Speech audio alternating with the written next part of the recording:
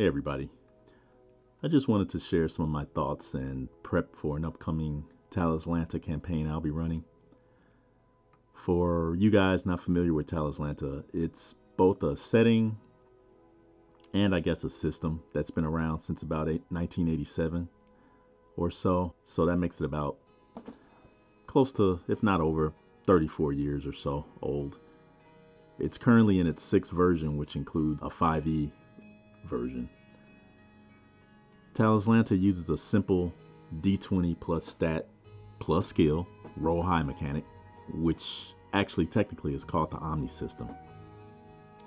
There's a few other games out there that use the Omni system, or I guess a derivative of it maybe, namely Atlantis the Second Age, which by the way is a fantastic game. In Talislanta, characters use archetypes, which are, when you boil it down, essentially race as class setups. And although I've already had a player ask to break that archetype mold, it really wasn't a major deal. We'll talk about that a little later. Talislanta has been on my bucket list for a long time, but of course it's a game that very few people seem to know a whole lot about, and unfortunately that makes for a very slim player pool.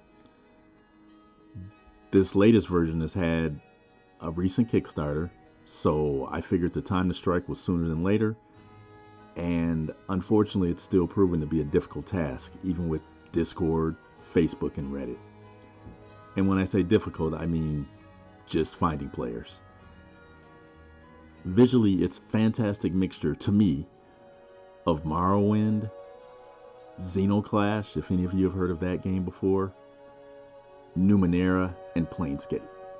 The beautiful black and white art of the earlier versions would pull me into the world, and the lore felt lovingly crafted and designed. It felt deep, and it had airships. Talislanta was waiting to be stepped into and explored. It's a place of beauty, mystery, and also danger. It's a world that conveys the feeling you get when you look at something like, in our world, like a tiger, for example. You see the tiger's beautiful coat and the markings, and then as you continue to look, you realize that this beast weighs close to 500 pounds and has paws the size of your head. It's kind of like the same feeling when you might look at a dazzling frog or colorful snake, fish, or even a plant, and then find out that they're poisonous in some way. That kind of feeling. Talislanta has always had a running joke about not having elves or dwarves in its world, which is, to me, very subjective, because as one of my players recently noted, everyone is hot in Talislanta, and they've all got pointy ears. Which is not entirely true, at least the part about everyone being hot. The current version's artwork just leans towards that theory. I hadn't previously run Talislanta, and since all my games these days are run online, I figured I'd get things geared up by using my VTT of choice, which is Foundry, with a dedicated Discord server along with it. In order to effectively convey the vibe of Talislanta, I wanted to use a mixture of theater of the mind, visual prompts, music, and maybe ambient sound, and the occasional battle map. During the Kickstarter, I thought I read somewhere that they would be working on some VTT support, but I looked around and didn't see any updated news regarding that. I just knew there was some support on Roll20, but nope, not even a character sheet. So I had to learn to create my own character sheet in Foundry, and that's a whole nother video.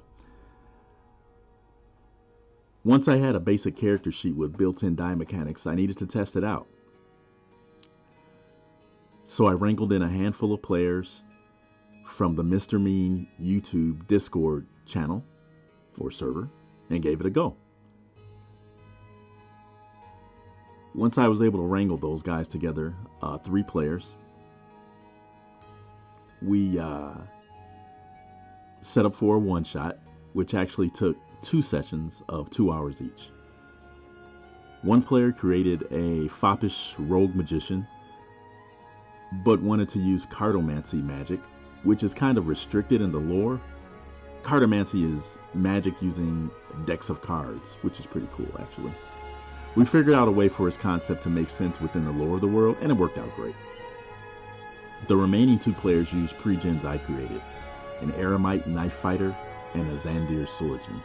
The knife fighter is, well, a knife fighter, and the swordsman is basically a duelist.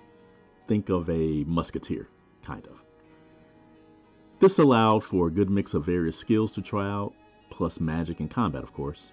Sword and sorcery is all about combat, right?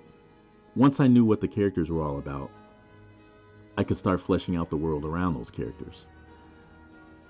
Now, even though Talislanta is a fully realized world and setting, I've never been a huge fan of sandbox-style gameplay in a tabletop RPG, at least not since my later adulthood.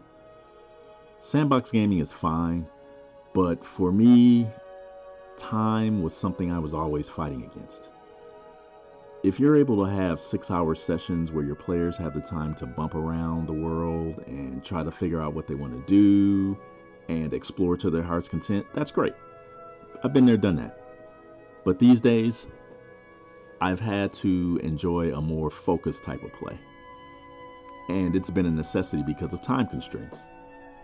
I'm a firm believer that a player's character doesn't need an extremely detailed backstory, because the character already gives us some clues.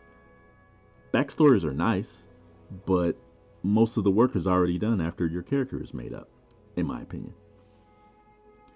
A character's class or archetype in this instance tells you what that player wants to do in the world. The archetype tells us what that character's chosen primary focus is. If a player doesn't want their rogue to sneak around and pick locks, why are they playing a rogue? Play something else. And a character's skills can give us an idea of what that character may have done before they step into their current role or profession as an adventurer. Skills also tell us what that player may want to interact and engage with in this world. After all, the character is really interested in what the player is interested in. Hopefully a player doesn't roll up a rogue and they have no interest in being stealthy or picking locks or even backstabbing. If a player's elementalist, for example, has put points into, let's say, appraise artifacts, it's a good sign that the player wants to be introduced to situations where they can blow the dust off of ancient curios and learn more about them. And this is also an easy way to expose players to the lore of a world. What GM wouldn't want to do that? In the one shot we did, all of the characters are at heart urban based. They are all metropolitan at heart. Why? Because their skills tell us. So yeah, looking at the characters gives me a great idea of what hijinks the players are looking to get into, basically. Now, for example, Talislanta has background skills. This makes things really easy. The background skills are nomadic, rural, urban, and wandering. These background skills tell us what environments the character is most familiar with. I myself most likely have an urban background. I can figure out a bus or train schedule. I know how long Chicago rush hour lasts, and I know that it's a faux pas to put ketchup on a hot dog here. But don't ask me how to milk a cow or to slaughter and dress a live chicken for dinner.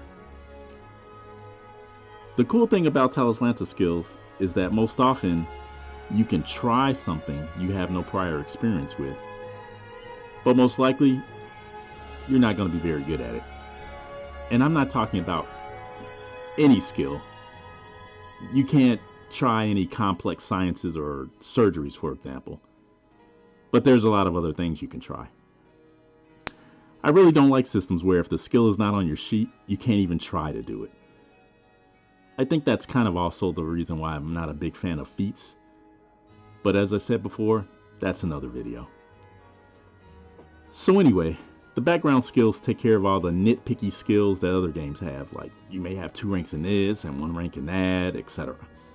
With the background skill, you're assumed to be proficient with all the skills and how to relate it to that background within reason. Always within reason. If you must roll for a background skill, you do so using your intelligence stat and a +5 modifier, which is considered competent. All background skills are considered to be competent for player characters. So anyway, we've got 2 urban and 1 wanderer background characters, 1 rogue magician, 1 knife fighter, and 1 professional duelist. What could go wrong? So as I'm thinking about this, the majority wins. We're looking at a city adventure, kind of. This immediately gets me thinking of Lankmar, the saga of old city Gord novels, the City of Thieves from Conan, and even Sanctuary, the Sanctuary of Thieves world fame. The characters already know one another, or they know of one another at least. Mercenaries, fortune seekers, and miscreants they all are. Villains? No, but scoundrels. I'm not one who enjoys running evil campaigns, but characters who embrace and explore their faults and strive to become more than what they are is what interests me. Now, why would these guys unite and work together? To begin our session with as much momentum as possible, I figured that the characters will have accepted a job from a merchant. Being down on their luck as most sword and sorcery protagonists are, they need this job to pay off a debt maybe or a favor, and at this point in their situations, they can't afford to be too picky. So the characters have all agreed to escort a merchant's proxy to deliver a package to a buyer, a mystery buyer, just outside of the city of Xanth where they are. I chose to have the characters travel just beyond the city gates, so there would be fewer distractions from their goal. My intent was to keep things moving along as fast as possible, and the sights and sounds of a city would be ripe for sidetracking. Kind of just like hex crawling, and I wanted to avoid that. But starting in the city would allow me to introduce them to the environment their characters were familiar with, their backgrounds.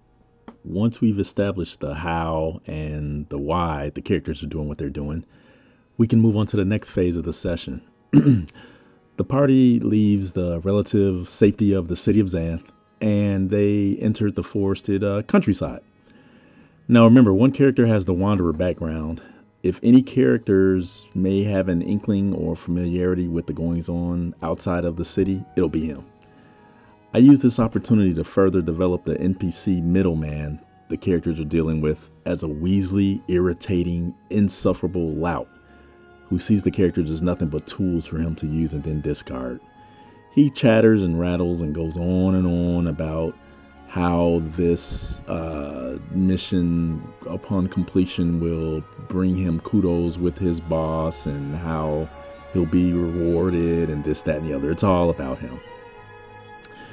I also give the players a glimpse of the mysterious item that he's coveting and protecting during this trip. And while giving the players a glimpse, I also clue them in that the item is potentially a thing of danger and further mystery. So now the players and the characters realize that they may be protecting a ticking time bomb. The tension rises, the questions fly back and forth, and everyone is now more invested in the adventure. I have their attention. I can almost hear the wheels turning in their heads. Where did it come from? Who's this person that wants it? What are they going to do with it? Why do they want it? How much are they paying for it? Now that the players realize that this strange object in their midst has some type of value other than just from a wealth standpoint, it's time to add another piece to the puzzle, which is the encounter. So the party gets ambushed by a group of Sauron mercenaries who have been hired to obtain the mysterious object by any means necessary. We don't know who hired them yet. All we know is that they want it and they want it bad. I get to introduce another race or ancestry specifically to the players. I try to describe the basic physical features, the dress, any unique speech patterns, anything I can describe these other creatures better to the players to make them stick out and stand out before defaulting to any NPC, just a racial name. so that there's some more mystery for the players, even if the characters actually may already be familiar with that race or culture. And I'll just do it one time, and then after that, I usually just refer to them as their racial name or whatever. Talislanta has so many archetypes that I feel the creator or creators had to rely much more on both physical and social prompts and tropes to basically more clearly distinguish one culture from another. I kind of experience this same issue whenever I play in a Star Wars or a Star Trek game. I only remember what the most famous alien races look like, and I can't name more than a handful anyway. So both Discord and Foundry help with this, and I can show the players images of anything that may be of importance or interest to them, including whoever they're talking to. I can show them unique landmarks, terrain, notable PCs, creatures, and even unique weapons, armor, and tools that are specific to Talislanta. So doing this hopefully gets the players more familiar with the world around the characters, especially since Talislanta has strange races, flora, and fauna. The architecture and the tools are pretty much typical fantasy fare. It's kind of a weird mix, and I like it. So anyway, the Sauron mercenaries, they attack the wagon, and they're able to briefly snatch the mysterious object with some help from a third party, who I don't identify or show. I just give some clues by some strange magical effects that are going on. Basically spells that are helping the Saurons out. But ultimately, the lizards are defeated, and with a bit of rules discussion, the encounter ends. One thing of note is that alignment comes into play at the end of this encounter. Talislanta has a unique alignment system that probably has been carried over from previous editions. I need to check it out for sure, but I'm pretty sure it has been. There is no evil or good. Alignment is based upon a character's racial and cultural leanings, and I guess those are probably almost one and the same in this game to a certain degree. Does your character follow their culture's beliefs fully, or just a little bit? Do they stray from that just a little bit? Does the character reject those beliefs fully? Is that character selfish, only caring about their own beliefs? Or is the character more neutral, not taking any sides or passing any judgment on anybody, which is kind of a cop-out in my opinion. It's kind of a lazy way to go about things, but everybody doesn't want to get involved in the nuances of alignment, so that's probably why that is a thing. The writers kind of leave it up to us to determine whether an action is considered good or bad, but it's really a matter of perspective, which can be fun. Renown is also something that comes into play, but later in a campaign. So basically, based upon a character's actions, they get a reputation for doing stuff, and so that can come back and affect them later. One of the characters was his alignment was amoral, which states that the character cares nothing for the values and beliefs of others. They do whatever they want regardless of the consequences, so they're basically selfish. The other two characters, which were pre-gens, are radical, and that's described as them being free thinkers, while others may view them as dangerous nonconformists to their cultures, basically. Or it could just be to their society, their culture or their society. So one of the radical characters, the swordsman duelist, promised one of the last surviving Saurons that he would let him live, since the Sauron gave the party the information they needed. The rogue magician decided that because I'm amoral, he would kill the defenseless Sauron in cold blood, but only after the other characters were back in the wagon and not looking. This was interesting for a few reasons. Up to this point, the player had played this rogue magician as a foppish, carefree ladies' man in a card shark. There were no hints given of a Doc Holliday hiding deep down inside of him. It felt like the player did this only because his alignment gave him the agency to do so. And there also were a few mumbles of murder hoboism going on. I usually let the players do what they want as long as it fits the lore of the world we're playing in.